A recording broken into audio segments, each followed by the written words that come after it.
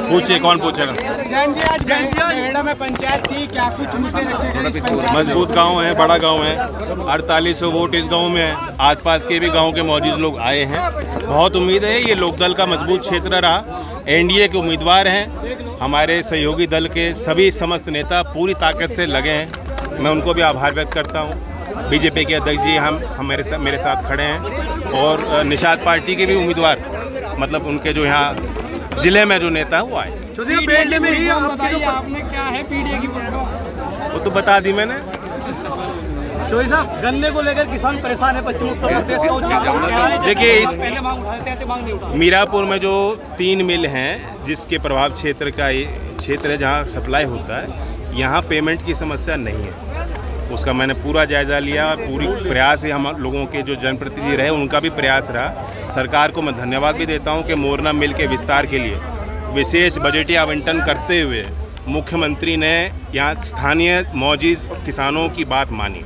मुख्यमंत्री कह रहे हैं कटोगे तो बटोगे, डर गए हैं इस बयान पर आप। अखिलेश यादव ने ट्वीट किया है कि ये चुनाव से डर गए हैं, तारीख आगे बढ़ने पर चुनाव षड्यंत्र क्या? चुनाव आयोग भी षड्यंत्र रचेगा क्या? लोकतंत्र में ज़्यादा वोट पड़ेंगी तो लोकतंत्र और मजबूत होगा, उनकी जड़ें मजबूत होंगी लोकतंत्र की। लोगों को मौका पूरा मिलना चाहिए। गांव देहात का इतना बड़ा त्यौहार है, गंगा स्नान का अपमान अखिलेश जी कर रहे हैं, तो जो पश्चिमी उत्तर प्रदेश में आएंगे उनको इस बात का जवाब भी देना पड़ेगा। मुख्यमंत्री कह रहे हैं कटोगे तो बटोगे, आप क्या कहेंगे? उन्होंने उनकी बात है। चलो भैया, धन्यवाद। मैं यही कहूंगा कि उपचुनाव है, हमें और आपको और ख्याल रखना है कि हमारी कोई भी वोट खराब ना। हमारा जिनसे मुकाबला है वो तो चाह ही नहीं रहते कि आपकी वोट गिर पाए। जो पीडीए की बात करते हैं, पीडीए का फुल फॉर्म है पर्सनल डेवलपमेंट ऑफ एरा गैरा। अब गैरों की क्या करोगे? जो गैल है उनका ख्याल रखो। कौन गैल रहा? मिथिलेश पाल आपके नहीं। अब चौथी बार किसके सिंबल पे लड़ रहे हैं चुनाव? लोकदल, राष्ट्रीय लोकदल के हैंडपंप के चुनाव चिन्ह पर चौथी बार मैदान में आई है। इन्हें मायूस मत करना। ये उम्मीदवार मेरी नहीं है, ये उम्मीदवार मेरी नहीं है, जैन की नहीं है। ये उम्मीदवार चौधरी अजीत सिंह जी की बनाई हुई है। चौधरी अजीत सिंह जी ने खड़ा किया था इनको आपके बीच, और उन्हीं की छत्र छाया में बार बार इन्होंने मौका मिला। चुनाव हारी, तब भी उन्होंने मेहनत करी। 2.5 साल में आपने जिता दिया, और 2.5 साल का जो अगली किस्त आपसे मांग रहे हैं। तो मैं यही कहने आया हूं, अब तो मेला भी हमारा स्नान का आगे हो गया। और जो पीडीए की बात कर रहे थे, जो कह रहे थे संविधान खतरे में है, लोकतंत्र खतरे में है, वो नहीं चाह रहे थे कि यहाँ गांव देहात के लोगों की वोट पड़ जाए। उन्हें अच्छी तरह भली भांति मालूम है कि गंगा स्नान में कौन लोग जाते हैं। गांव के लोग, साधारण लोग। पहले तो बहुत बड़ी प्रथा थी, बैल वैल सजा के पूरी लेके चलते थे। हमारा तो यही पर्यटन भी है, यही आस्था भी है, यही धर्म है, यही परंपरा लंबी रही। तो क्यों उन्होंने विरोध किया इस बात का? मैंने देखा कि उन्होंने अखिलेश जी ने ट्वीट किया कि ये तो डर गए, इसलिए चुनाव की तारीख हटा दी। वो ये भी कह सकते थे कि अच्छा निर्णय लिया।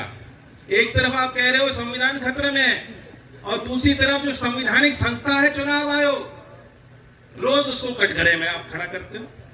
चुनाव में भी हारा था, चौधरी अजीत सिंह भी चुनाव हारे थे।